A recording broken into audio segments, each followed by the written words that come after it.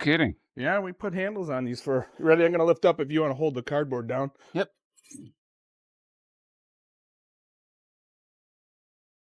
And it's not that heavy. No, the good part about this is that it's not like an integrated water heater where the heat pump's on top that weighs almost 300 pounds. This tank's only about 130 pounds, so it makes moving a heat pump water heater around a lot easier. Drain valve, cold water in, hot water out. This is where the communication line, demand response line, and the control keypad will all plug in.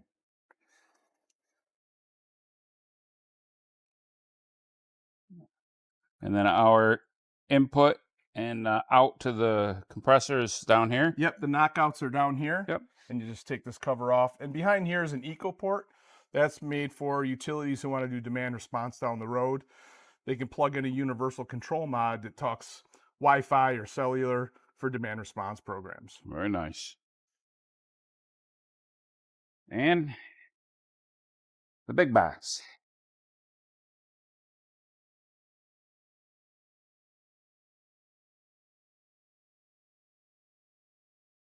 Great. Well, look at that. Ta-da.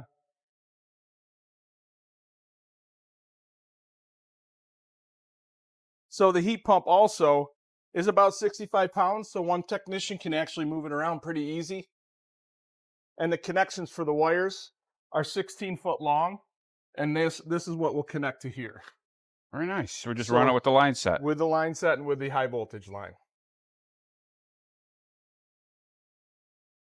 We've got And some in accessories. this box, this is the accessory box. Here's the list of accessories. Drain port. Drain port. This is the keypad, and you'll see it has 3M tape.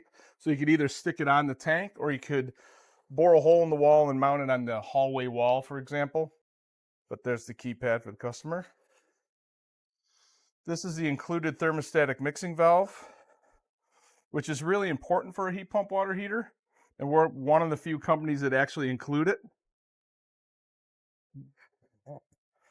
This allows you to increase the temperature of the tank if the customer wants to, but the water still comes out at a safe temperature of 120, 125 degrees, depending what you set it for. This is really helpful for customers to not burn themselves, but also if they use a time of use schedule, if the utility has it, or if they are involved with any demand response programs. And then finally, of course, the pressure relief valve. All right. The only thing I recommend with the mixing valve is possibly set this up in the shop ahead of time. You might want to sweat on some compression fittings for ProPress or PEX or whatever you want to use. We're gonna sweat some stubs on it. And then just simply take it apart before you do that, and make sure you take out the O-rings. Yep. Now we just got to put it in. Well, we can go over this too. This is the other accessory box. More accessories. We want to give you accessories. So in this box is the pre-charged line set with quick connects, the install and user manual,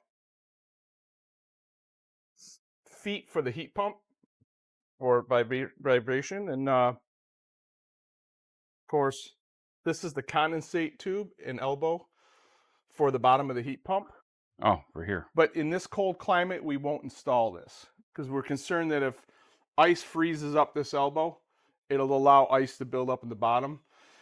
Typically, we don't have a condensate issue, but in freezing climates, that can be a problem. So you won't install that here in New York. And here is the pre-charged line set.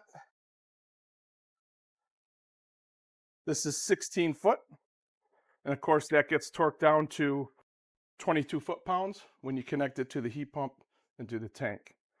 And finally, for this particular job, they need a little bit longer. So this is an additional 16-foot line set. And if we have too much line, we're just going to coil it. Coil it horizontally and put it underneath the skirt and secure it so it doesn't vibrate or move. Okay. And that line set's also going to come with the low voltage wiring so that we can continue to connect to our tank. In this kit, which we won't open until you definitely need it, or we can open it now, it doesn't matter to me. there's a line. The line set extension includes a union, the line set, and also the low voltage data cables. Same torque for everything. Yes, Every nut is 22 pounds. 22 pounds. The only time you would deviate from that is if you remove the king valve adapters and run your own line sets. Then you'd refer to the manual. It has proper torques for the smaller HVAC flares. Okay.